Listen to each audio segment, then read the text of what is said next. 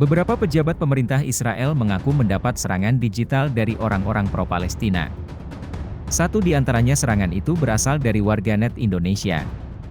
Para pejabat dan menteri mengaku menerima ribuan teror mulai dari panggilan telepon, pesan WhatsApp, SMS hingga di akun media sosial.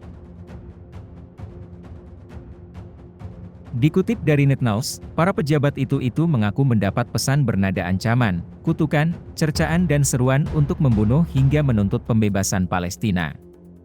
Serangan-serangan siber itu sampai membuat ponsel para pejabat pemerintah negeri Zionis tidak bisa dioperasikan. Tak sedikit dari mereka yang akhirnya terpaksa mematikan perangkat ponsel mereka. Menurut NetNews, pesan-pesan itu sebagian besar berasal dari kode telepon 62. Di mana kode tersebut merupakan jaringan internasional Indonesia. Ribuan teror yang dilancarkan pun diyakini bukan dari individu perorangan, melainkan operasi yang terorganisir dengan baik. Juru bicara National Advocacy Service, Elon Levy, menjadi satu di antara korban serangan siber.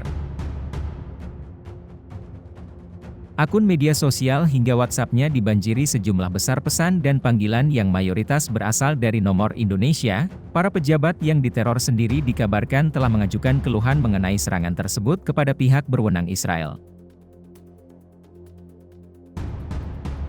Meski begitu, mereka tak puas lantaran hanya disarankan untuk mengubah nomor telepon tanpa ada tindakan lebih lanjut.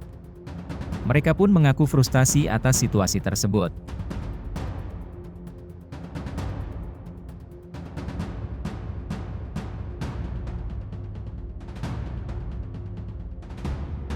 Download Tribun X sekarang, menghadirkan lokal menjadi Indonesia.